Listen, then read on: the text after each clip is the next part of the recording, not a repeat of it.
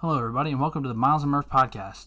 I'm Myles. And I'm Murph. And today, we're going to be talking about the FNAF franchise, because I feel like it's a fitting time, so Happy Halloween. We hope you enjoy the holiday. Have fun. Be safe. Scare people. And if you go trick-or-treating, and you're not dressed up as a costume, in some kind of costume, you're lame. I'm just going to put that out there before we start. Just right off rip. Unless it's like because you're broke, and then you just got to toss something together, I appreciate it. Not that I'd know. I disagree. I had very elaborate costumes as a child. I was Captain Hook. I was a Dementor from Harry Potter. I was also Harry Potter himself, the boy who lived, come to die. We can't do this. So, all right. So Five Nights at Freddy's. It's a divisive franchise. That's not the right word. What I should say is we're not going to just be talking about FNAF. What we're specifically talking about, the topic is... We're going to talk about why FNAF as a franchise... Could you not? Yeah, I can. Could you not? Yeah, I can. I'm a professional. We're going to talk about why Five Nights at Freddy's isn't scary anymore. And we're going to talk about what aspects of Five Nights at Freddy's are still scary. Because there are some aspects, and a lot of it is fan content, if we're straight up. We have some tapes to talk about. We have various other fan content and fan Not literal games. tapes like the VHS tapes, like the kind of more analog style horror content on the internet. But obviously not literal tapes. Although that would be a cool thing for the super popular ones to be printed on. I think Paddington could do it.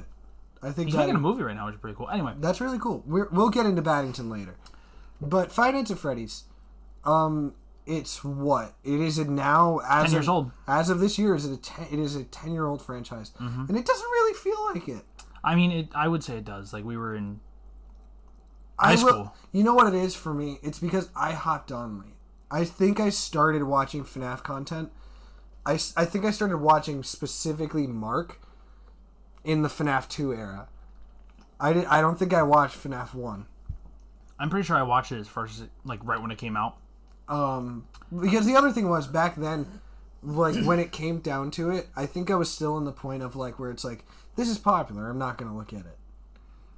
That's fair. And then also because it was a horror franchise back then, and still kind of this day, I'm not a horror guy when it comes to to video games, and even still film. Well, playing and watching are two different things. Because I've never played any of like the Amnesia games, but I used to watch PewDiePie play them like all the time, and they were great. So yeah, I mean, yeah, but that's kind of different.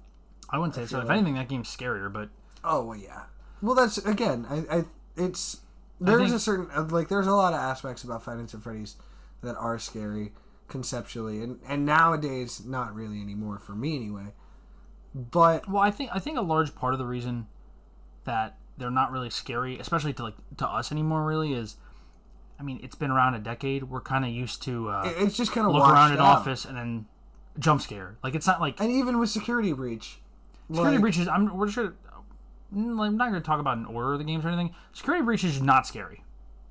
Like you were saying earlier, there is a fear of I don't want to get caught because I'm going to lose progress. Like that game where it is that is a game with collectibles, with progress, with story. The other games, it is literally like one level is 10 minutes. Like, I don't know the exact actual time, but I think Five Nights at Freddy's 1 nights are like literally about 10 minutes. Did I told you about the one that's the real time? It's like I would hate it's 6 hours. I would hate it. I think you have like 2,000% power because you have to last 6 real hours. I kind of want to try it. I obviously wouldn't even get past like half an hour, but like that's crazy. The first 3 FNAF games, going back now and playing them, not at all scary. In VR, scary. Well, see, that's the thing though, because on one hand, it's like you're watching it on a screen. I think of the first 3, FNAF 2 is the scariest. Five Nights at Freddy's 3 is straight up not scary. FNAF 3 is not scary, no. Five Nights at Freddy's 3 is not scary because only Springtrap can kill you. I will say. First-hand experience. The marionette's noises in that game are scary, and Mangle's audio disruptions are scary. No, when he does the high-pitched, like, really loud thing. That's scary. FNAF 3 in VR, especially when you've never played it before, is horrifying. I can attest to this because I played it. Dark. No, not because it's dark.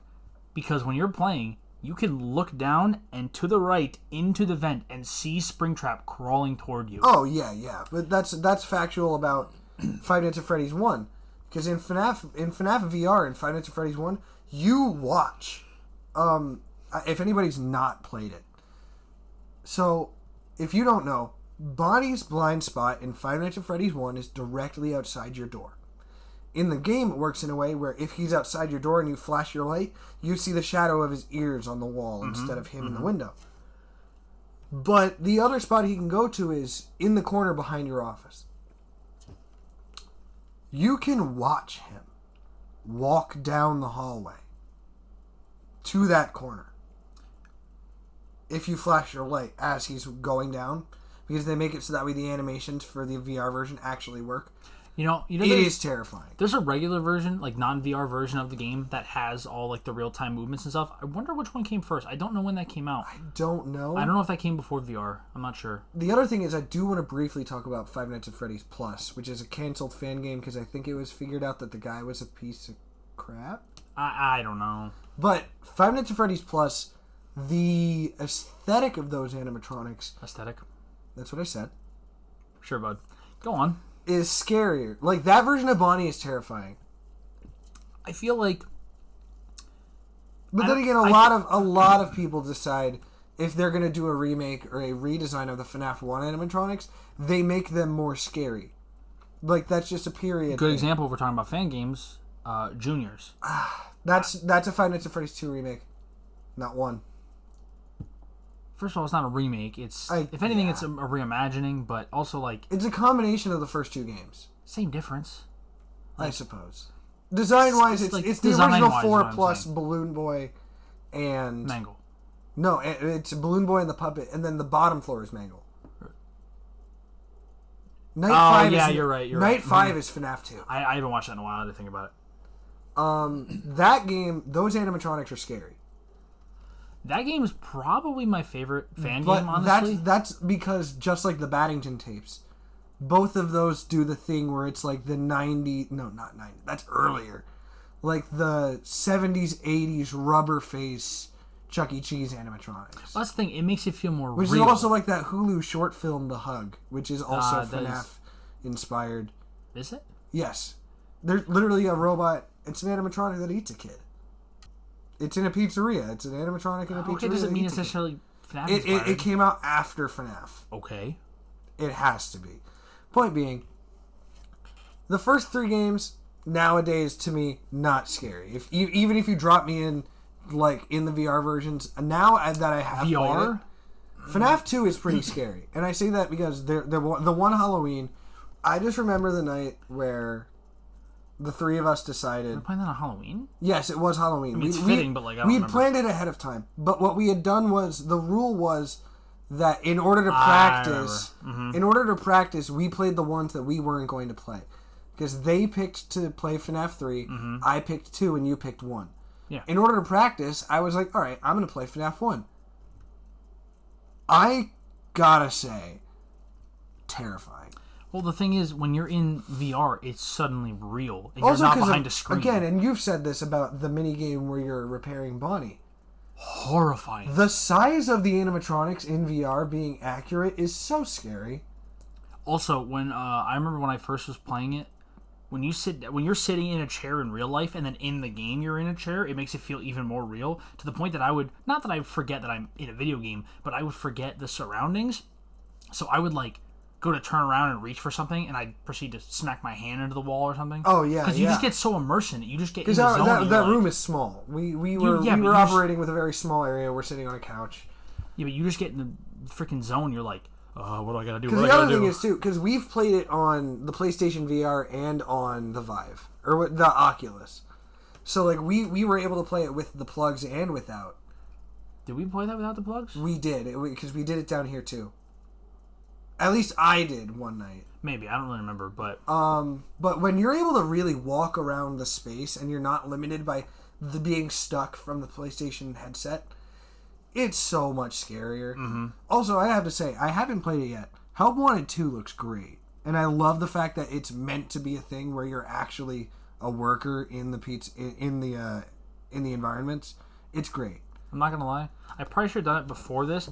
I have not seen like anything about that game. The only thing I've seen is the videos of people just smacking Helpy with a hammer. That is all I've seen about the game. Just see him screaming, cover his mouth, hit him with a hammer. He screams, throw him away. Yeah. It's I don't remember much. That game does do something where it canonizes why Roxy looks the way she does in Ruin. Mm-hmm. I think I've seen that. Because she has a face, her face is all messed up, and then she's wearing a mask in Ruin that doesn't look like her face before. So then in Help Wanted, you give her the mask. Yeah, I've seen like some of the theory things about the game, but I haven't seen the gameplay. You're effectively playing. The theory of that game is that you are playing as the protagonist from Ruin's father when he was a mechanic for I've seen that. Anyway, the VR games are pretty scary. VR is inherently scary because it's virtual reality. You're in the world. That's dropped in there. Pretty simple as that. Now, as for the rest of the games, Five Nights at Freddy's 4 is conceptually kind of scary because again, from the perspective in the perspective of the context, dark. It's scarier. Sometimes like those animatronics are designed to be scary, as opposed to it being like, hey, these are scary because they're trying to kill you. These are scary because they're trying to kill you and because of their appearance. Well, I think they're nightmarish. I think a large part of the reason that game is scary is because probably not everybody, but most people can think back to a time in their life when they were a kid and they were scared of the dark in their room. Also, completely independent of that, whose house is designed to have 2 hallways adjacent of a bedroom? William Athens. Allegedly. He probably designed it intentionally. Allegedly. It 100% is. It 100% is. Considering the fact that there are cameras in that house. Exactly. That's what I'm saying. But that's a good segue because that's revealed in the basement room, like this. The basement room of what I truly believe is the scariest actual traditional gameplay FNAF game. I think Sister Location is from material, from like just references, from like the context, because that game ties things together. Of like, hey, we have the ability to actually be a scary game, while still like having been. This is 5 games in. The medium still works. Also because Sister Location is just like, it's a culmination of the best version of the FNAF engine, where like you can't always tell that you're looking at curved images. Because that's how that's the first. Okay, you definitely can. There are times in that game where it is the most obvious in the franchise. Mm-hmm. However, there are also times in that game how like the running through Foxy's auditorium. Scary. That's not a curved image. That's got to be something different. Maybe I don't remember how it looks like, to be honest with you. You're running through, and then you just see Foxy like basically jittering terrifyingly when you flash your camera, and it doesn't look like a curved image. Because the VR version is even scarier. Well, exactly, because that's in Help Wanted too. You take something already scary and then put it in VR, it's obviously going to be even more scary. But I think that's because that game's also like, there are 2 people that are hung by the animatronics and that you see their corpses. See, I feel like there is 2 blatant murders. You see the silhouette. That's a silhouette of a corpse. It's a big difference, though. You know. I told you earlier, though. There's also like the difference between showing the body and silhouette is, I think, PG-13. There's also the implication that the mini-arenas betray Ballora at some point, because they're like holding her parts. In one of the nights before that, there's a portion where the mini-arenas are like holding Ballora's severed parts like above their heads. I don't remember that at all. It's kind of scary. Okay, so like the mini-arenas are scary, and the Biddy Babs would be scary. For example, this is like, I think, one of the first. Okay, you hide behind a mask in FNAF 2, but I think this is like the first. Do you hide in 4? You hide.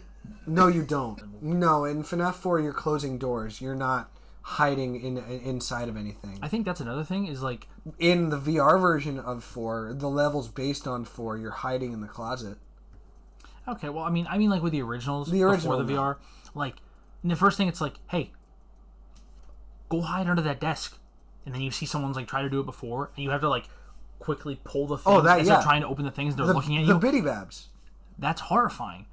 Having to crawl through the thing with having to crawl through any of the vents, crawling through Ballora Gallery. What was the one you said earlier? Walking through the Foxy. Is it just Foxy? The fun house, the Funtime Auditorium. Yeah, horrifying. Because even in this scenario, because also let's remember, the Funtime Auditorium is also a time where you're told directions and then the cues go away. You cannot follow those directions and go for the secret room, which is a whole separate, also even more terrifying experience. Well, I feel like, if anything, that is so much scarier than just the original games, just even in concept. Like, if you put yourself in the shoes of the characters. First game, you're sitting in a room, you're a security guard, you're paid to be there. I mean, you are in all the games. But FNAF 2, same thing. FNAF 3, same thing. FNAF 4, child. I mean, you have doors. Like, for that FNAF can help 1. in, like, powers and stuff. Yeah. Power. And in this one, it's like, hey, there's a robot that will kill you that's just dancing around. It's in the dark. You can't see it. Get to the other side of the room. Have fun. And you're like, what? I also think that it's something about the Funtime animatronics themselves that, like... Oh, besides the fact they can open and become horrible monsters? Oh, well, yeah. Design-wise. Why did William Afton, or whoever designed Ballora, design an animatronic of a human? No comment. Whoa. So... I'm kidding. Entirely a joke, maybe. Entirely a joke. So, point being, sister location. Terrifying. Also... It's the spookiest one. Also, like, the after the fact... It's got Bon. Bon, go get him! That's great. That's just Kellen Goff being a great voice actor. He's also the voice actor for Sun and Moon. And I believe Rockstar Freddy. As soon as you said that, Wait, no, not Rockstar. Well, I'm Glamrock Freddy and Rockstar Freddy. He's the voice actor for most of the Freddy's. I always just went inherently. Oh right, Superstore. Great. That was really bad. The also sister location being the one that reveals like the creepier aspects of the earlier games, like seeing the FNAF 4 house. Is Glamrock Freddy the Tony the Tiger of the group? Yes. Seeing like the FNAF 4 house on cameras. You didn't even break a sweat. No, that's just true. You said factual information, and I verified your fact. Seeing the FNAF 4 house confirmed to be being watched over cameras is terrifying. Do you think William was just sitting down there in the basement of Circus Baby's Pizza World, just looking at the cameras? Actually, it's Circus Baby... Party and Reynolds. Party and Reynolds, yes. Do you think he's sitting down there with his legs crossed up, just sipping on a soda, looking at the cameras, watching his son frantically run from door to door to the closet, back and forth, and he's just like... Considering the fact that... I mean, it's a dream, but like if it wasn't a dream... No, I don't know if it is a dream. No, it is. I think that might be at least one real animatronic running around the house with illusion discs. Oh yeah, the whole thing. Also, finding out if it wasn't. Finding out after the fact the technology inside of the Funtime animatronics, which you find out in what I truly believe could be the second scariest FNAF game, and you're going to find it to be weird. Because you find out the information about the mechanisms inside the Funtime animatronics in Pizzeria Simulator through unlockable content through the Egg Baby. You're going to have to refresh my memory. Through the what? Okay, so the Egg Baby, right? It's one of the things you Give can... me the gist. I don't have the gist. I don't have the gist. I have the whole thing. I'm actively trying. So... Gist it down. That's not a phrase, but the Egg Baby is a database. That it's an animatronic that you can buy for your pizzeria that it's masked as an animatronic. Does it throw eggs at people? No, I don't throw babies at people. It's a giant head with a smaller exact replica of itself in its stomach. So... And it's a database that you buy it and you put it in your pizzeria, and then it downloads stuff to your computer, and you can find blueprints of the Funtime animatronics, and that's where you have the. So Vor Humpty Dumpty. Yes. I hate that I just said that sentence. If I pulled up a picture of it, Don't. No, if you pull... I thought you meant for Humpty Dumpty. No! So please, for the love of God, please. really need you to put a picture of the egg. No. No. You have to put a picture of the egg baby on screen. That's fine. Do that. For the love of all that is holy, I don't care what you believe in. For the love of it. That's it. Oh, thank God. That is not at all for Humpty Dumpty. It's not far off. I guess. So basically, that's the thing that shows the blueprint of the animatronics. Please do not look up for Humpty Dumpty. I'm going to stop saying it now. When you look at the blueprints of the animatronics, it shows that there's a child inside of Funtime Freddy. Uh-huh. That's also the same database that shows like Lefty was designed to capture the puppet. Mm-hmm. But no, I think Pizzeria Simulator is the second scariest FNAF game. Mm-hmm. Stop it. Because of the fact of, you can willingly buy an animatronic that's going to kill you. And you don't know that until after. Because you can willingly buy Lefty. Because if you do, he's just in your pizzeria earlier than he would be. He's like the second or third animatronic you get. If you let things happen naturally. You can buy him early and screw yourself over because you don't know that you have a second threat. See, speaking of that game, I think that game's also the scariest because of the lore. Obviously not at all scary. Except for the part where you just go into the back alley and there's this presumably huge just pile of wires? I just meant any of them. Like this huge pile of scrap robot that you're just like, I guess I'll just pick this up. Well, I mean, considering the fact that there are the pictures of them in the alley are terrifying. The one of Molten Freddy shows effectively just like what looks to be a block of wires and mess with the Molten Freddy head just there. How can Mike pick up a presumably several 100-pound robot by himself? This is post him being brought back to life. So what, he has super strength now? Yes. He's not just a zombie? That is post him being brought back to life by Ennard, because that's him without Ennard in him. So I guess he has Remnant in him, kind of, which would make him stronger. He's like possessed by pure malice at that point and hatred for his also, father. If we're going off like real biology, you know how like humans... Let's remember too, the baby and Ennard go back together and be the Blob, which is the actual only scary thing in Security Breach. I don't even know if I consider it scary, but alright. I think it's conceptually scary. What I was going to say is, if we go off actual biology, it's like how at all times, like your body is constantly not letting you use your full strength. Yes, I think that because... So maybe because he's dead, his body, the system isn't firing properly, and he can just do whatever he's doing. I think that you would break all your bones and tear muscles away from the bone. 1,000%. Stuff like that. That game is also the scariest because of the direct lore implications that it gives you. Because of when you're playing Fruity Maze, and then the level is about to end. Wait, no, that's Fruity Maze is the one where dog? Yes. Oh yeah. So the first two levels are pretty normal. The second time you play it, it starts to get a little bit more creepy. The third time you play it, you are dripping blood. You are dripping blood. Wait, the actual game itself gets different? Yes. The third time you play it, you are dripping blood, and all of the audio in the game towards the last little bit of your run is just replaced with car horns. Oh. Because Susie's dog gets hit by a car, and William Afton's like, "Hey, I can take you to your dog. I can make everything better." Then That's different. That's a different one. No, that's Princess Quest, isn't it? No, she is the princess. No, that isn't that. It isn't? No. Then we're thinking about the same game then. So for those of you who don't know, you're playing a in Pizzeria Simulator. You are playing a franchisee. I'm saying the game. Oh, Princess Quest. No, the or Fruity Maze. Fruity Maze. Fruity Maze. You're playing as a girl playing the game. I'm saying you're playing as a little girl playing the game. You don't know that at first. You're just playing the game. You're running around collecting It's a little fruit. arcade game. You got to collect power-ups and stuff. But towards the end of the game, you start to see the little girl you're playing. You see the reflection of your own face in the screen. The first two times, I think it's again, like I said, normal. The third time, you see Springtrap in the background. Or I guess he's not Springtrap yet. Spring Bonnie. It's almost like I was going to say that before I was rudely interrupted by somebody. Sometimes you just gotta get it out. That's what I was trying to do.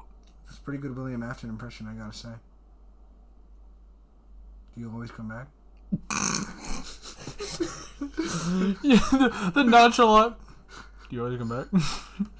So you see him, and the third, like, she's crying, and then it's just car horns. The music drops. You're dripping blood, and it's just car horns because your dog just got hit by a car. And he's like, I can take you to him. And then the game ends, and you can't play it again. Or if you do, it's just the third level again. Turns out the real monster was not the friends we made along the way. It was the serial killer inside the Big Bunny costume. Which is one of the friends that you made along the way. That's why you trusted him. No. That game also has when you're playing as William Afton during Highway, I don't know the actual name. It's Midnight Motorist. And you clip out and you try to go to the FNAF 2 location and they tell you can't be there.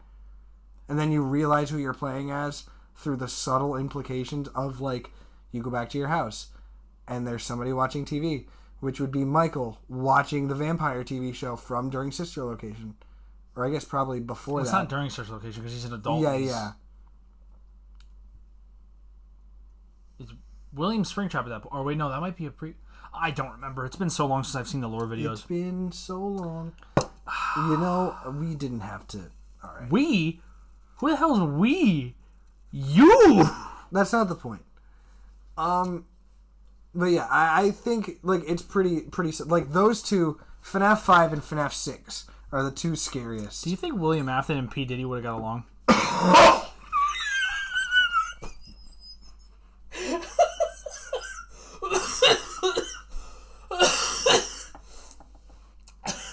I mean, they're both trying to harness something.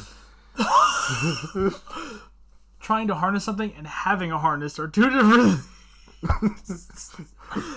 Oh my god. Oh my god. Oh. That's crazy.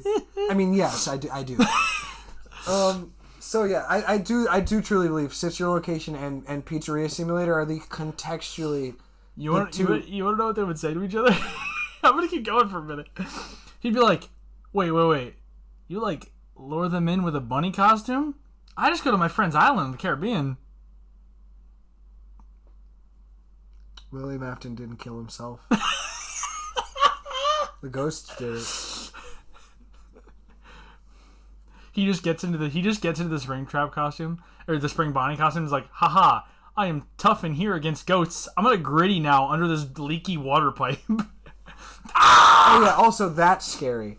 That's scary. I'm so glad we haven't seen that in the franchise yet, other than a terrible, like, effective Flash animation. Now, you see, I have seen, like, fan versions of that. Utterly terrifying. Horrifying. It is a man trapped in a suit. He deserves it. It is a man trapped in a suit who is being repeatedly stabbed to death. Also, we were talking about this the other day with the Springlock suits. At least in this one fan animation we saw, which was it the Baddington one? The Baddington one is the one that we were watching, where it went into detail. Yeah, they're obviously. This is a really good segue. So we're gonna get there. The fan content. Hold on. Before we do that, I just want to talk about just this one thing I was thinking. Fan content. So with the Springlock suits, they have the springs are obviously like coils because that's how springs work. Oh, yeah. No, I don't want to think about this. I don't want to think about this. So when it closes, does it just shoot the whole spring in? Or does it, like... I mean, it must shoot it in. Or does it... Because it's a spring, does it, like, twist or something? Does it... I hate the implication. Does it punch a circle in, and then when you pull it out... Because this is a children's game franchise, we will never know. Does it punch a hole in, and then there is, like, effectively, when you pull it out, a pillar of flesh and, like, muscle and stuff? That or is just by itself? Screwed in, is effectively what you're asking. I don't think it would be, but, like, imagine it just having to uncoil Oh, Wait, no, I just realized it probably would have to uncoil. Okay, I don't think it would be screwed in, but it would probably be pushed straight in and make the thing. But it would definitely have to uncoil because in that video anyway, they're like in like the instructional video, they're like, wait for someone else, wait for like another person to come and and unscrew it for you. So imagine you have this thing sticking straight through your flesh, through your muscles, probably into the bone. I want to preface this. And your friends we've only seen the proper unscrew. version of spring lock failure in games. In the games, we've only seen it through various like pixel animations. All of what we are probably going to be talking about. Oh yeah. So since we're going to segue in about a second, modern FNAF isn't scary anymore. I am not scared of FNAF in the way that I am scared of, like... We didn't really talk a lot about Security Breach and Ruin because it's kind of a joke. Well, okay. Security Breach is not scary in the way that it's... I don't think it's a bad game. I think that they are enjoyable games if you're playing them on hardware that can handle it. And I say that because I played the PS4 version for about 5 minutes. I don't know if it was that bad. It was pretty bad. Now... Security Breach itself, I think, is conceptually scary because it would be scary for there to be, like, you stuck in this place where you know that, like... Well, conceptually and actually are two different things. Yes, it is conceptually scary, but in reality, the only thing to actually be scared of in the context of that game is losing progress. Mm-hmm. And the only thing I would say to be scared of in Ruin is... and the Blob. Is the Mimic. The Blob is scary, and the Mimic is scary. I think the Mimic is scary because... It's like a pull the rug out from under you kind of thing. It's like you thought it was this and now it wasn't. Because I think like, kind of like, I think the idea of the Mimic is scary, but also the actuality of the Mimic is scary. The Blob is like, well, that's a blob. It's like I'm not scared of lava. It's just sitting over there, like it's not doing anything. I suppose, but. I do think it has a lot to do with the fact that, again, this is a 10-year-old franchise, but it's so saturated now that, like, you could do almost anything with the franchise and I will not be scared. Into the Pit was conceptually scary, and by that I mean as a book. Like, I've not read it. I've seen, like, snippets of the graphic novelization of it. It's conceptually scary, because also, like, and the AR games version design of, like, the Spring Bonnie suit that has the organic matter on the inside. Oh yeah, that's gross. Which is really gross. Gross in a cool way. Yes. Kind of, but like Into the Pit is like, again, that is a game where it's like I would be scared to lose progress. I'm not scared of... That's not a jump scare game. That is a game where I'm like, oh my god, my character is going to die. I feel like that's, if anything, a little scarier than like Security Breach or something, because there's actually like fear to it because you're running around as a kid and there is a scary monster chasing you that's like some actual like weird monster instead of just a robot. Oh yeah. But modern FNAF games are not scary.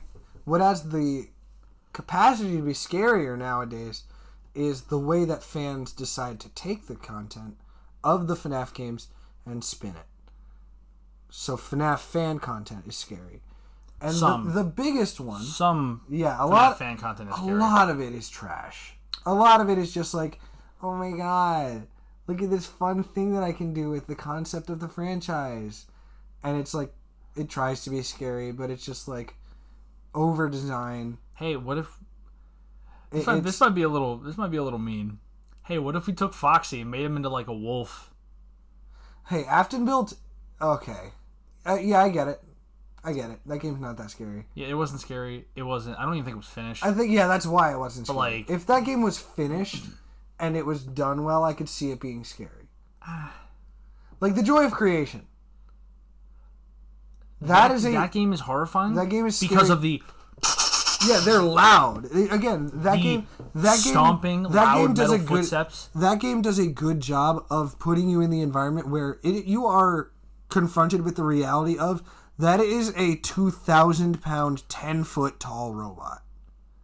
Also, I really love how Withered Bonnie in that game, when he grabs you, it's just like night night and just straight up punches you in the face. Yeah, and you're just dead. 100%. I mean, like you said, giant robot. 2,000 pounds, probably. in that equivalent. Like, maybe. Imagine how heavy Glamrock Freddy is, especially considering a child could fit inside. Well, he is. Doesn't necessarily mean heavy. Glamrock, you are at least a 4-foot child. Give me a titanium. Glamrock Freddy. Titanium is really strong, but not very. I guess heavy. the outside casing is probably plastic, just from an appearances standpoint. Probably. But like fan content, a lot of it and a lot of the scarier stuff is not always games. Because again, we said Juniors, and Juniors is conceptually scarier because you're doing Exorcist stuff. And yeah, Juniors is and like the designs of the animatronics, and again FNAF Plus, where it's like the designs of the animatronics are scarier. Juniors, I think that I think the gameplay during the night and having to find like the ghost is kind of cool. It's a little weird because like in the original lore, like they're all possessed, but in this one there's like at least kind of one specific ghost that like hops around. It's a little weird. There's like the in between night scenes, which is kind of like that takes you out of it, kind of. What is it? Is it FNAF 3? Which one? No, Sister Location, where it's like it's a little bit of levity. It's like you're watching a freaking TV show of popcorn in between these nights. Yeah. The midnight cutscene, which is a real turn because a lot of the in the real FNAF games, those are the actual scary parts. Death mini games, death screens. Well, I'm saying with the Juniors, it's like it's the other way around. I'm talking to this little ghost guy in like the ghost world. Yeah, and he's like, "Oh my god, there's these terrible things happening," and it's cute, and it takes it away. And you're like, I mean, I can do that. Yeah, I can fix it. I can fix it. But fan content. I think the biggest one to talk about here is Squimpus McGrimpus. That's the right name, right? That's the original, yeah. And then Baddington, who adapted Squimpus McGrimpus and then started making his own original content. All of it is analog horror with a like tapes aesthetic based on the FNAF franchise. That's what I said. Aesthetic. You said it right that time. What did I say the first time? Moving on. So what we'll do is we'll start with Squimpus. Can I call you Mr. McGrimpus? Can I call you Squimpus? I did that backwards, but that's okay.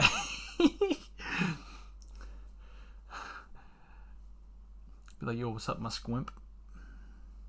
Big scrimp. I said squimp, not scrimp. Anyway, Squimpus McGrimpus, age 32. Caucasian male. We don't know that. I don't know any of that. Imagine that's entirely right. He's in his house cowering. Real name, Josh Hutcherson. He's just him the whole time. He's in his house cowering right now. He's like, how did they know? How did they know? Anyway. That's why he said yes to the movie. What? Josh Hutcherson. Oh, yeah. It's been him the whole time. It's been him the whole time. It was me, Barry. It was me, Barry. It was me, Henry.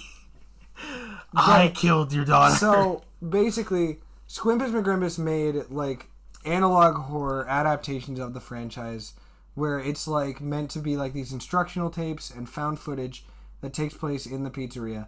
With the catch being that Squimpus McGrimpus did it using semi-official or just, like, real designs from the FNAF franchise. Yeah, he used, like, straight-up models for it. Now, I don't know how many he made. I think he only made a few. I think you were saying it was up to FNAF 2 that he did, or FNAF 3. I think it was up to. And then I think he stopped. He stopped before 3, I believe. I think so. Because he wanted to work on other stuff, and then Baddington adapted all of them that he did, and then started making new ones. With the catch being that Baddington decided, I'm going to take this a step further.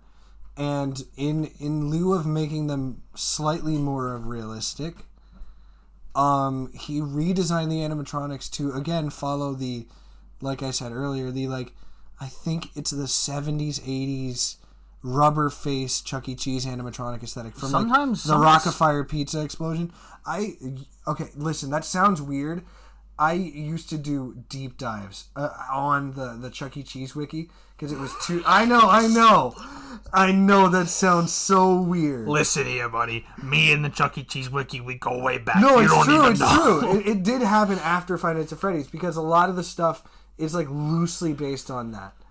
But basically, I gotta tell you, man, the pizza... The sister location thing isn't slices, inaccurate. The pizza slice is not matching up. Chuck E. Cheese is actually an amalgamation of two different companies, Showbiz Pizza Company and I'm aware of that. Yeah, I probably have a Showbiz token at home somewhere. That's great. Because I think I found it and was like, whoa, it's different. Yeah, I'm gonna put it in my pocket. Chuck E. Cheese buys out this other company, and then it becomes Charles Entertainment Cheese Enterprises.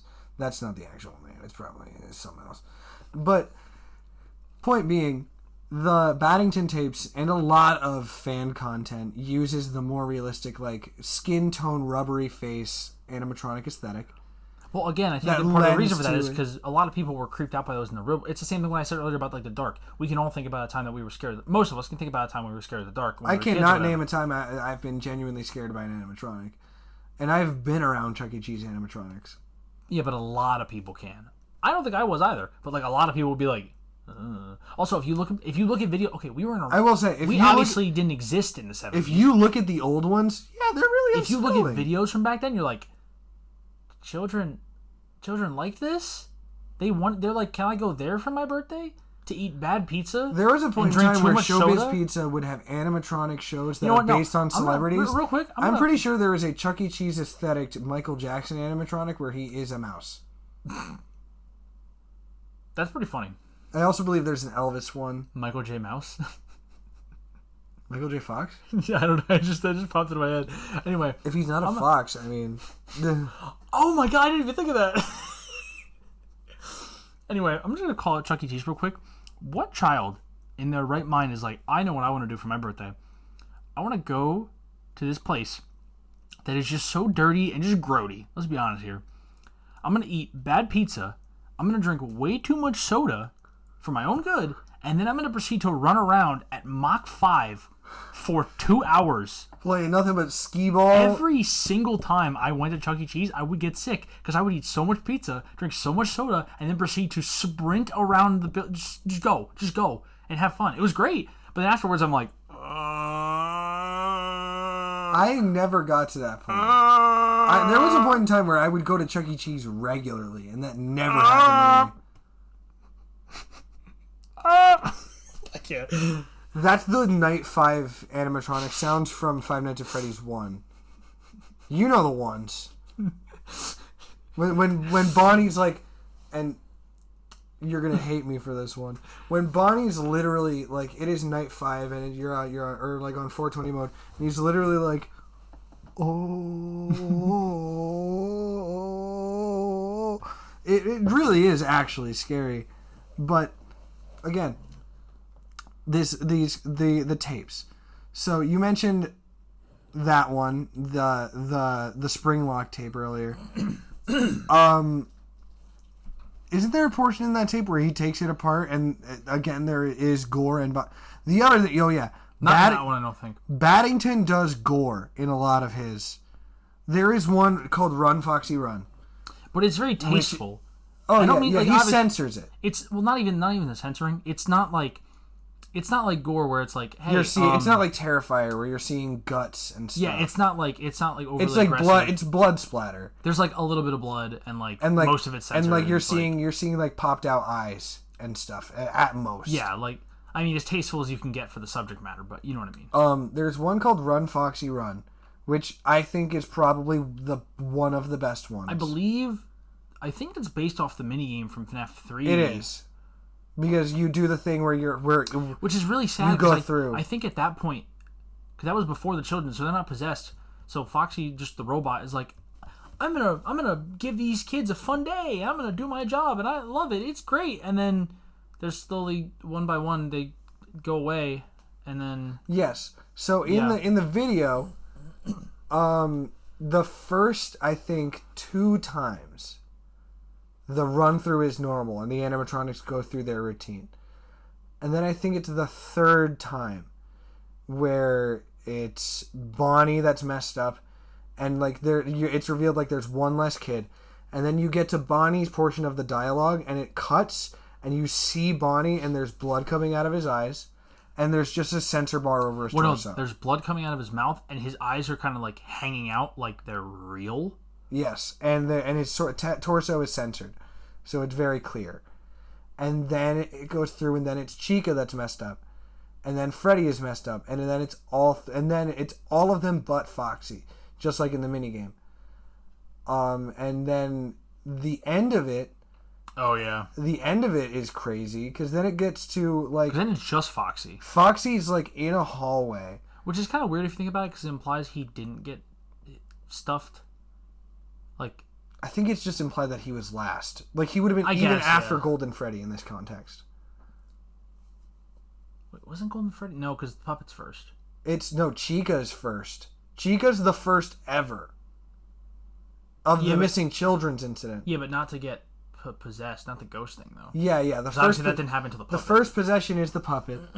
Then it's Chica. And then after that, it's Golden Freddy, technically. That's why the first 2 times are normal. Oh. The first 2 times are normal because the first one to get possessed is Golden Freddy. So nothing would change because you don't see Golden Freddy until the end. Mm-hmm. Well, and the puppet, but the puppet's not in that one. Golden Freddy at the end, or I guess at this point it's Fredbear in design cues. I don't know. The design, the difference. I don't know if we can say it. I'm assuming we can. I don't know what the. We've already mentioned that two people get hung in sister location. I didn't even think about that. I don't know how YouTube's gonna feel about that. I don't know how anything's gonna feel about that. They're weird sometimes. Listen, just watch the tapes. The ending of the Run Foxy Run tape has Fredbear. Just watch the tape. Hung. Watch the tape. It's scary. He does die, like whatever it is. Well, as much as a suit can die, I guess. Yes, just watch. I think it's called. It's not really about. I don't think it's really about the fact that the suit is hanging. He probably isn't even hanging. It's more of just the imagery of it. It's just like, oh, okay. Yeah, like Foxy saw this and he's traumatized. Mm-hmm. As much as a robot without sentience can be traumatized, but Yes. I think we should really talk about the last one, or the second to last one, I guess. Because these are still coming out as far as we know. Wait, the second to last one is the long one, where you're the. Oh. So. Because the other one I do want to talk about, I want to talk about the one where that we watched afterward that wasn't by him. That was good too, right? So a little while ago, in preparation for this video, last week, we decided to sit down and be like, all right, we're gonna watch every single Paddington tape. There's a full playlist. Highly recommend it. They're very good. Honestly, at first, wasn't really creeped out at all because I've seen a lot of the original ones before. I will say, you were messed up. You were. I was genuinely scared. You were uncomfortable for a lot of them. You were definitely uncomfortable. The only time I think I've watched any of them, before this was I was watching Matt Pat react to them on GT Live, so I'd watch them through a filter, which made it less scary. And I think he mentioned that. He's like, I'm hoping that I can filter this for you guys. Well, I mean, that's kind of not the point, but like that's definitely an effect of it. I was genuinely unsettled by the Paddington tapes, and obviously that's the point. And I know you said that you want to talk about the second to last one, but the one that I want to talk about is before that one. Keep in mind, at the time of this video, the most recent one was, I think, a few weeks ago. It just came out, or it might have been a month ago. I'm not sure. Let me just look at the playlist. The one that I want to talk about, I don't know. The video. Oh. Okay, so the most recent one was 4 months ago. I was way off on that. I thought it said okay. I thought it said like 4 The weeks one that or I want to something. talk about is called The Case of Edward Morris. Oh, that one? That one got me for real. That one made me uncomfortable. It was not as bad as the one after that. Yes. Anyway, as far as I know, Paddington is still making more. He's not just done. So as of right now, the most recent video is 4 months ago. Is lucid_figments. And it seems to be based on Into the Pit. I mean, there's a ball pit in the video. Guy, spooky bear comes out of it. The Case of Edward Norris is, I think... That one was very good. That one was very good because the other thing was, too, it's presented in a way where it is the company after the fact being like, or at least like this is presented as if it's part of a court case, and it's like, hey, we're not taking responsibility for what's happening. Pretty here. much what happens is This is from the perspective of somebody that was dared to be in the pizzeria after close. He's like, what, a teenager or whatever? Yeah, he's a teenager that was dared to be in the pizzeria after close. It starts off right outside of parts and service, and he's pushing over animatronics. They're falling over. Yeah, he's like doing around, and then he hears a noise or something, and he goes to check it out, and then all this stuff happens. Withered Bonnie is in the hallway pointing at somebody saying stranger. I forgot about that part. Which is scary on its own. That part made me uncomfortable because as soon as he said that, I was like, it's Afton. It's 100% Afton. It's Afton. Yeah. I was like... I also do want to briefly talk about... Also, why is it in these scenarios... I know it's like a horror movie thing. It's horror. It's whatever. We're experiencing it. First of all, I wouldn't do that at all, obviously.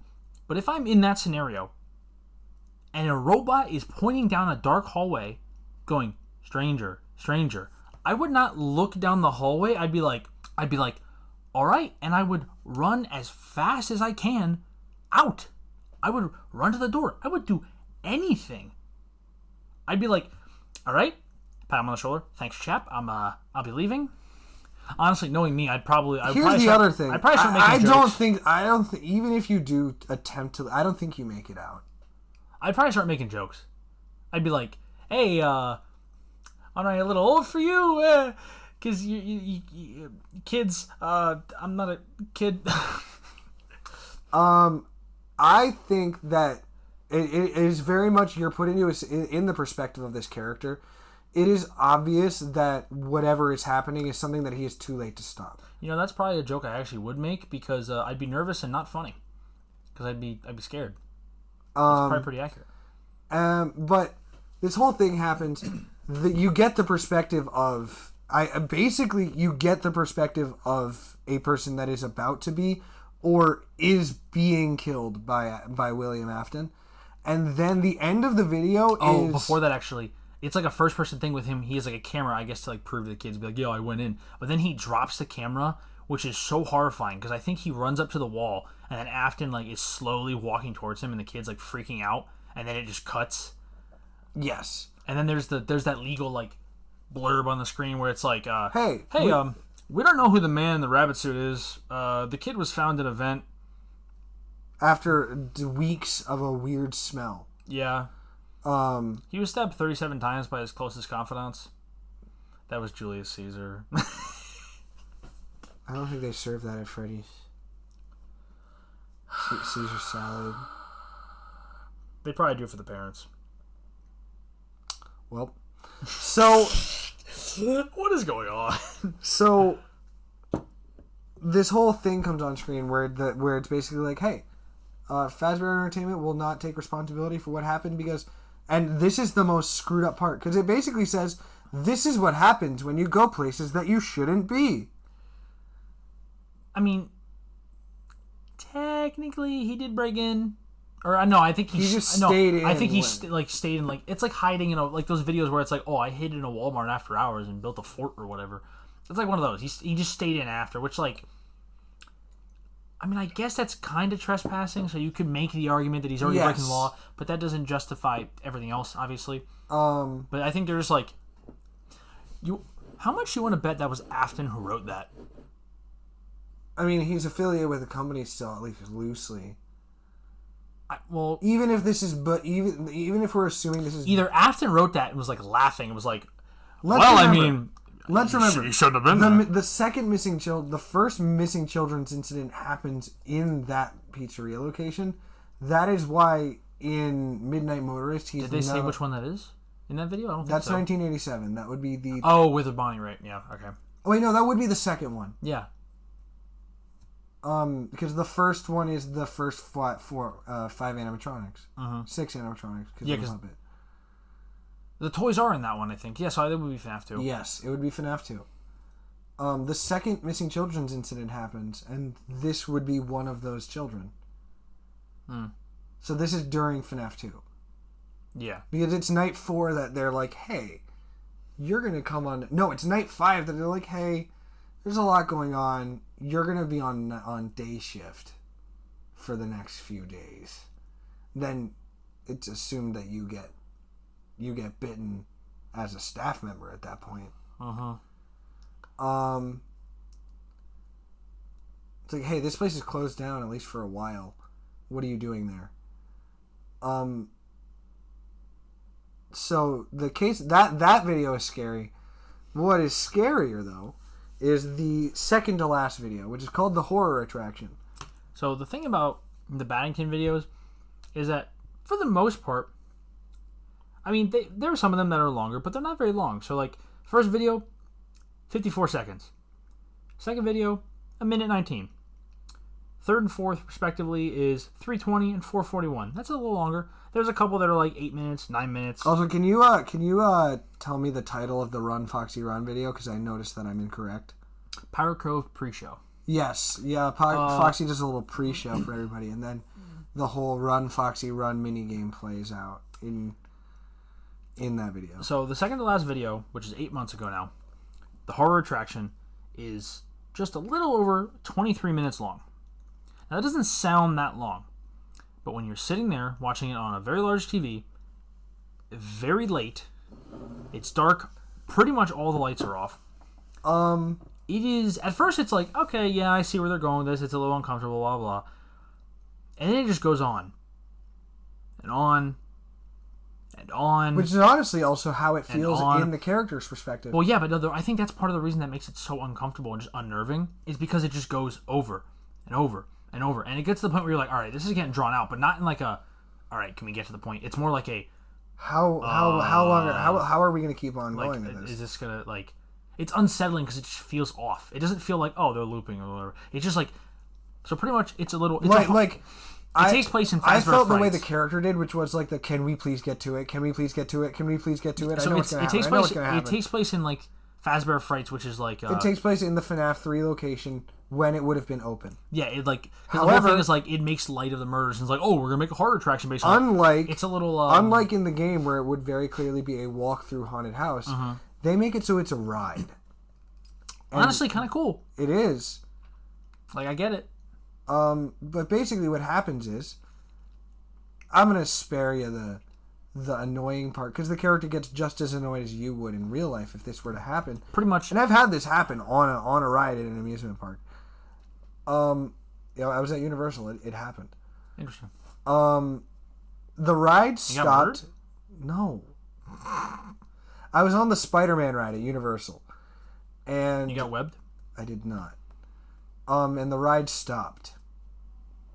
And then they were like, hey, you're going to be allowed to ride the ride again fast. Like, we're going to fast pass you to the front of the line because this happened. Isn't Fast Pass Disney? No. I mean, like, that's what they said effectively, though. It's like, hey, this happened, so we're going to push you to the front of the line for the next time that the ride is on, like, right now. Pretty much what happens is... Basically, the ride breaks down in the same... In the video. The ride breaks down in the same spot every single time. And the character in the video... Well, that's not the problem. The problem isn't that the ride breaks down.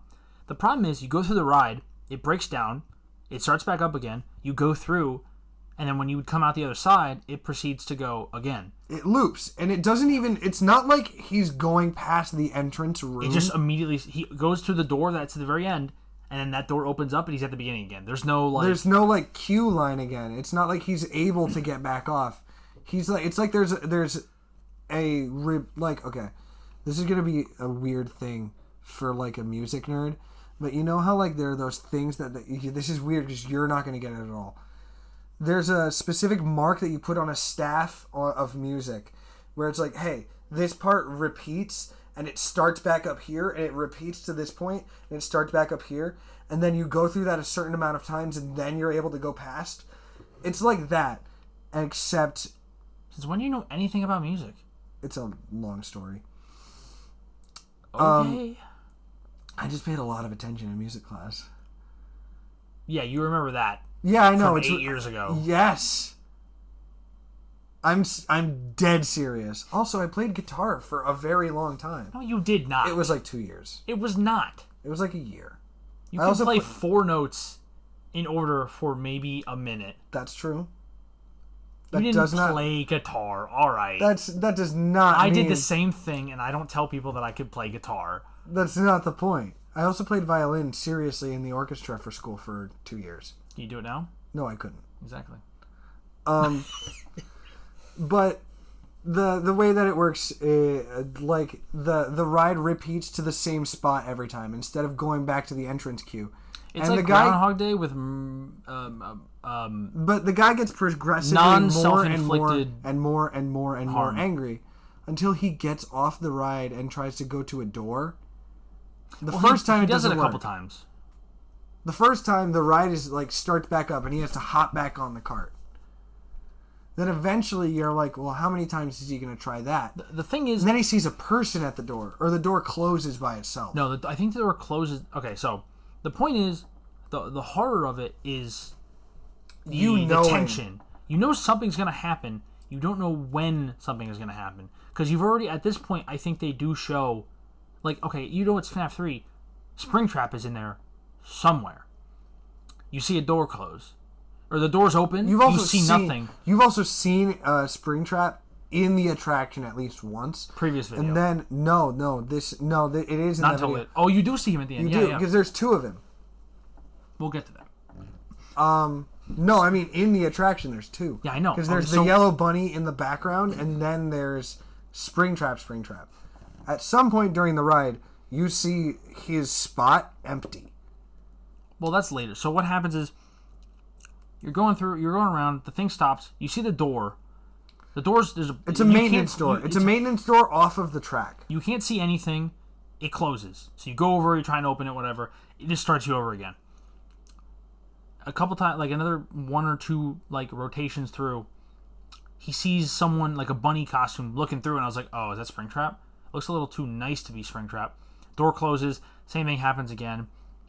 Eventually, he gets to the point where he sees the person in the bunny costume fast enough that he can run over, grab them. They try and get, which leads to this another room that was not there previously. He manages to, they get through the second door that time, and he opens it, starts over again. He gets to that new room a second time, manages to grab the freaking person and throw them to the ground, and it turns out they're an animatronic. And it's like, but what? And then you go through that door. And then it's a giant Freddy head that then comes to life and change. Oh wait, no, he starts hearing his friends. You go into that. He goes into this room, which then leads down a hallway, and in that hallway he walks past a Springtrap little display thing from a previous video. The spot that one of the animatronics would be in. He walks past the Springtrap display from a previous video, and he's like, what? And opens the door and kind of looks in, doesn't see anything. And then he hears one of his friends call out to him from the darkness at the end of the hallway. And he's like, what? Then you start seeing puddles of blood all over. It's not blood. It's like black sludge. It's not. I don't think it's red. I think black. Later it's... I don't think so, because the freaking... Anyway.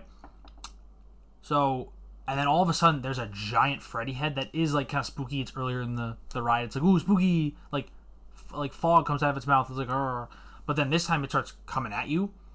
And I think its eyes are blacked out this time, and you run away, but then when it hits the doorway to the hallway, it can't get through, but then it opens its mouth. The reason I say that is black sludge. It starts spewing out black sludge, and then real Springtrap. Like real monster Springtrap, not pristine yellow bunny suit Springtrap. Scary Springtrap. Real, like, withered, undead zombie Springtrap. Is he a revenant? Technically, because of revenge? I do technically believe at that point in the... because he is fueled by probably the anger that he has. William Afton is considered a revenant, yeah? I never really thought about it that way until right now. Anyway, he starts slowly crawling out of this freaking mouth thing, covered in black goo. Or he's not covered in it, but it's on him. You try and run away. You get back on the ride. He almost gets you. And the thing that's really scary about it is because he's so close yet so far. Like, he goes to swing at one point, just barely misses you, flies past because of the momentum, and hits a wall. And then I think his knife gets stuck or something or whatever. And he just goes like that for a little bit. And then you finally get out of the ride. And you're like, oh my God, I can leave. I can finally leave. There's nobody there. It's entirely empty. There's no attendant. There's nobody. Your friends are gone. You get up to go walk out, and then all of a sudden, from the entrance, Springtrap appears and starts walking. You're like, no, no, no, no, no, no, no, no. And then he's just slowly. That's, I think, the thing about the Baddington tapes, like that video. They make sure that you understand the mass. They feel visceral. That Joy Creation, they feel and sound like real. It's like, oh. Yeah, they do a good job of making sure that you understand that this is a 2-ton robot. You try to run away. He catches you. It cuts. I think that you get hit by the ride car. Oh yeah, you do. Because you go back through the. You try to run back through the ride in order to get away from him, and I think you get hit by the ride car and run over and you die. Mm-hmm. Which I will say, ending on a jump scare. Keeping in the theme of FNAF, I appreciate it. Is it? I think, although would it have been scarier if it was something else potentially, I think it's earned because there's a solid 20-something minutes at that point that it's just actually like building the tension. At that point, fear. if the actual jump scare were Springtrap, it would have just been obvious. So I think getting hit by the ride car is almost because better. the entire video it's probably a good like 22.5-ish minutes building the tension, and then it cuts it like that. It cuts it, and then you think it's also better because it subverts your expectations. You think this final jump scare is going to be Springtrap. Then you can just get hit by a car, effectively. That's like being chased onto the street in a slasher movie after all your friends got stabbed, and then you get hit by a bus. Yes, exactly. So yeah, that video, I will say, that one got me. That one probably got me the most. That was spooky. It was scary. Now, I also want to talk very briefly, probably the last video I want to talk about here. This one is called Tunnel Vision. And it's by Static with a 4 replacing the A. And it starts out from the perspective of 2 workers. It's like security cameras. It's 2 employees going down to this like basement kind of thing. And I will say, with some VHS... Honestly, it's probably a perspective of the thing that we talked about earlier. It is a perspective of the 2 attendants going down and getting killed. Of sister location. Yes. I didn't even think about that. That is Circus Baby's Entertainment and Rentals. And then I think that the second portion of the video cuts back to the pizza location.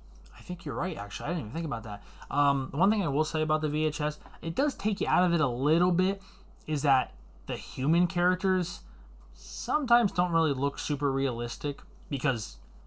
Obviously, we know what humans... We've spent our entire lives looking at other humans. It's just the uncanny valley thing. Yeah, so when you see something that it's like, that's not human, you're like, all right, yeah, that's not human.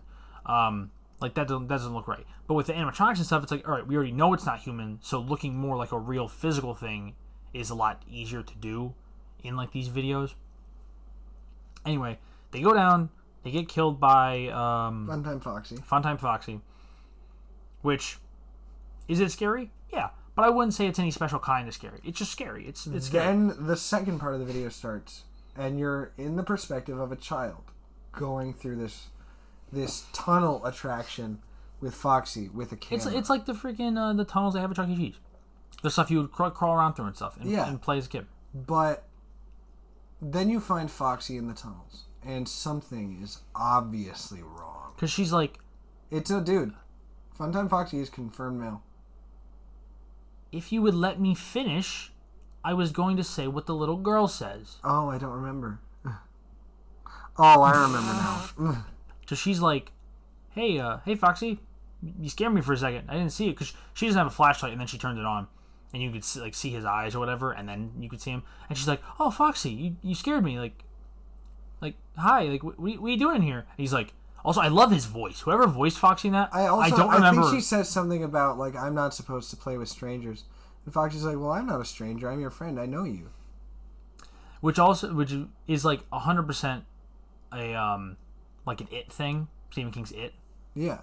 Like let me introduce myself. I know you, you know me. Now we're not strangers anymore. But it's like, oh, what are you doing here? And he's like, oh, I came to check up on you. And the voice is so weird because it kind of gives off like... The problem is it's too organic to be right. No, the thing is for me, it gives off like charming serial killer vibes. It's like, this man is a murderer, but like, he's pretty charming. It's like that. Like, something is clearly off, but I like the voice. That's what I'm saying. Like, yeah, it's inviting it's the inviting wrong ways. and also uncomfortable at the same time. And you're like, but again, and she's like, oh, am I supposed to talk to strangers? And then you do that, and then it's like, oh, well, why aren't you out with all the other people? And he's like, oh, I had to come check up on you to make sure you were okay. It's like, all I'm right, okay. well, You can leave me alone. yeah, I'm okay. You can go now. Which is so funny, by the way. That's like such a matter-of-fact thing a kid would say. Be like, oh, well, I'm all right, so you can leave. And it's like, I'm not going to do that. I'm not going to do that. And then like this sort of, it's a chase sequence. I think Foxy just lunges and tries to crawl as fast as he can at the little girl. And then I'm like, oh my God, was that it? Like, did he get her? And then it cuts to the little girl being like, like sneaking around, which is genuinely horrifying. Scary. Because she peers around a little corner and you can see just Foxy's snout sticking out, but the lights of the eyes, and it's just like, I don't remember. And Foxy doesn't Foxy see says you. something. Yeah, but you're just Foxy like, doesn't see you because you're around a corner that would be out of its sight. Mm-hmm. And then it cuts to the perspective of the cameras in the ride. Before that happens, there's a flash, and the little girl's like, what? And turns to the side. She's around the corner. Foxy's all the way down the tunnel at the end there, looking for her. And right where the turn is, like the corner, is a camera, and it like flashes, like for like a little kid's birthday party or whatever, where it's like memory kind of thing, like whatever, like that. And she looks at the flash, and she looks at it and she's like, what is that? Even though I feel like, granted, this is potentially would take place back in the day, so like it's not like now. I feel like every kid now would be like, oh, it's a camera. They would like know that, but she's like, oh, what is it? And looking towards it, and then it cuts to the point of view of the camera, where the flashes are showing, pictures, the memories of the ride. Yeah, and like so the flashes are pictures. Like each one's a different picture, and in each picture, Foxy is closer. The little girl moves closer to look and be like, oh, what is that? And Foxy is rapidly approaching in the background, and it's at first it's like fully dark, except for the little bit of light from the flash.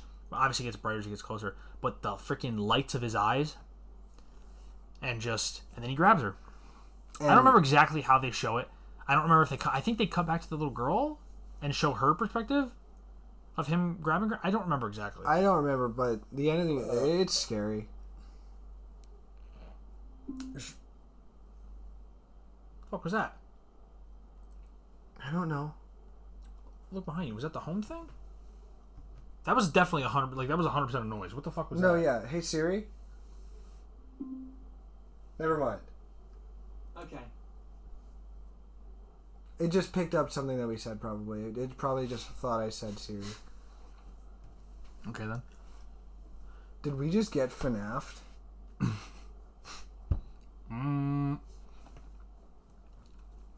So, she gets grabbed, and after that, then it has a scene where William is talking to Funtime Foxy, and it's weird. I think it's talking about what he's gonna do. It's like, hey Foxy, you did a good job. It seems like he's in this scenario, he is specifically capturing children to experiment on them with Remnant, or to get Remnant. Because then, like, text flashes on screen talking about, like, harnessing the power and stuff. Because I think all the fun times... Not all the fun times, but I think the fun times are just robots. What do you mean? They're not possessed. But Laura, I think... The metal within them is... I don't think it is. I think they're just robots. Charlie... Baby is not normal. No, hold on. I was going to say Baby is not, okay, obviously... You know how, like... Okay, you know how the... My point. No, Baby, you know what it is. Baby was a robot meant to kill children. The wiring. Baby was a robot. You know how like Ennard happens and it's an amalgamation of all 5 of them or 4 of them? I think it's possible that all 4 animatronics just have a little bit of remnant because all of them have little pieces of the wiring that was also within Baby during when that happened. Because who's to say that when they get scooped that it's always the same pieces that go back to the same animatronic? What I was going to say... Baby was a killer robot before she killed Afton's daughter. Oh, yeah. So I'm saying they were built that way to be killer robots, obviously. They were all however they were before that. Which is, again, why its sister location is the scariest. And then I also think that, I don't remember the lore exactly of this particular part, but I think Ballora might be like Afton's wife or something like that. I think it's... I don't remember all the details. I that could be entirely wrong. It probably is. I don't know. But... I think just from an aesthetic standpoint, it was... Which is kind of weird, because imagine if she's not dead, she's totally fine. And like, oh, I'm just going to build this robot. I'm pretty that sure just she conveniently is. Just kind of like similar to you. And she's like, oh, okay, it's... According to Matt, according cool. to like the game theory, she's the one running the Pizzaplex. No. They didn't say it was her. Or at least she's alive. Oh, yeah, to like sign off on stuff, but I don't think she's running it. I think she sold it off. Yeah, that's is what they said. If I remember correctly, like I said, I don't really know. So the end of the video is more of implied stuff. They don't really show anything about the little girl, but they do. Fuck, hold on, cut that. Let me redo that. Anyway, all the extra lore stuff aside, getting back to the end of the video, it's obviously implied they're not going to show like what these tests that Afton does. Oh yeah. But they do show like flashes of medical equipment, and there is like a page, like a thing he clearly typed up or whatever you can read. That and it's just about like the results of the experiments and stuff he was doing. It's like, oh, that's lovely. Yeah. There's obviously so much more. There's so much more fan games. Some of them that could even be the best that we just haven't seen. Yeah. There's so much more FNAF VHS. Like there's honestly a lot more than I thought. I see why Baddington is kind of regarded as like one of the best, if not the best, because 1000%. He does fantastic. He does a fantastic job. It's all just great work. Squimpus is good. Obviously, I think it's fair to say that Baddington has done a better job, but that's also it's not Squimpus did bad. I think it's just the fact of not only did Baddington expand on what Squimpus did, it's the fact that Baddington took the extra effort to just be like, I'm not going to use the original designs. Well, I think it's inherently better when fan content doesn't just rely on the existing material. Well, yeah, but if you want to tell a story with what you can, I think getting the story out there is more important than doing it in the perfect way. Which is the other thing too that I thought was weird about the haunted attraction, like second to last Baddington video. The animatronics in the attraction, other than the main four, like in the room that constantly it stops on every time, those are very clearly closer to the aesthetic of the main franchise, at least in my opinion. Yeah, but it's whatever. It's not important. I just there's just something worth. Those are withered toy animatronics, I think. Maybe, I don't remember. I think they look like kind of like painted over. Yes. Like, hey, we're just gonna make these look good for this thing. Throw some paint on them. Yeah. Anyway, it's just Squimp is definitely laid the groundwork, at least for Baddington. I don't know how much other stuff. Like, he could have been. He could be the first. I'm not entirely certain. But there's so much stuff out there. I think Baddington is the one that made everybody take off and try. I mean, maybe, like I said, I don't know for certain, but he did definitely do a lot. Yeah, Static's video, Tunnel Vision is terrifying. There's a lot of people doing this content. Through various mediums of like whether it's motion capture or traditional animation. And it's all great. And the fan games are their own separate thing. Like, again, Juniors is scary. The Joy of Creation is scary. There's a ton that aren't scary. Five Nights at Candy's is not scary. I don't entirely agree with you. I want to be very clear. I'm not saying it's bad or anything. I'm just saying I don't think it's scary. I think some of the animatronic designs in that are scary. And so, like, One Night at Flumpty's, that's not scary. Yeah, no, not really. Good designs. Seems like it plays well. Fun game. Seems like it plays well. I don't know. Yeah, Candy's. Some of the animatronics are kind of creepy, but that's just more of like a subjective thing. Oh yeah. And also Candy's is now like semi-canon. No, it's not. I think there are references to it now within.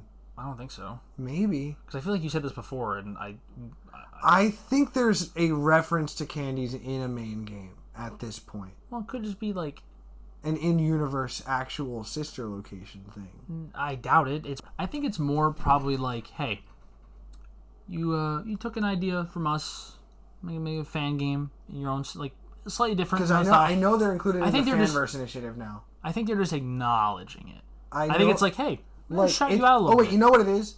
There is official FNAF merch of candies now. What? It is, I think Candies got U2s through Fanverse initiative because Scott. Oh yeah, that's lame. Or something like that. Candies got official merch through real FNAF. It's like, hey, what if we just took all the toy animatronics and made them cats? I know they're not all cats. I'm pretty sure Candy's a cat. That's like it. But Candy and Cindy is a cat. 2 cats. Then there's their version of the Mangle, which is just a guy who you can draw on. It's literally just an animatronic. Their version of the Mangle is just a guy. No, it really is. I don't remember his name, but like his entire aesthetic is literally just being a man who's made of a material that like kids draw on and they erase. Every shift. Gotta bathe him. He just goes in the back, takes a shower. I'll show you his design. It is kind of creepy. But anyway, Five Nights at Candy's is bad. Don't play it. I'm kidding. That's not true. That is so mean. That was a joke. Don't play Aftonbuilt though. Don't play Aftonbuilt. Don't play that one. That one's actually if you even can, bad. even if you can at this point, just watch Markiplier play it, or anyone. The king of Five Nights at Freddy's. The king of YouTube. Let's be honest. Oh well, yeah, the king of the squirrels. King of Squirrels. Mm-hmm. The king of pop. No. It's the wrong Mark. That's not Mark. I was going to say that's the wrong M name. Yeah, that's what I was meant to say. Anyway, I think on that note, we're going to cut it here. Yeah, we got to finish this out. We hope you enjoyed. This episode is going to be scary good. I'm going to put you in a suit in a second. All right, guys. So, you know my drill. Don't you dare. Don't you dare. You got to leave a like. Just say. You got to leave a comment. You got to add it to your favorites. Don't add it to your favorites. Please don't add it to your favorites. Add it to your favorites. Don't add it to your favorites. Subscribe. Do that, please. Like. Hit that notification bell. You said the like already. Hit that notification bell. You said that already. Don't say it again. Add it to your favorites. All right, guys. Thank you guys so much for being here. Happy Halloween. Happy Halloween. We'll see you next time.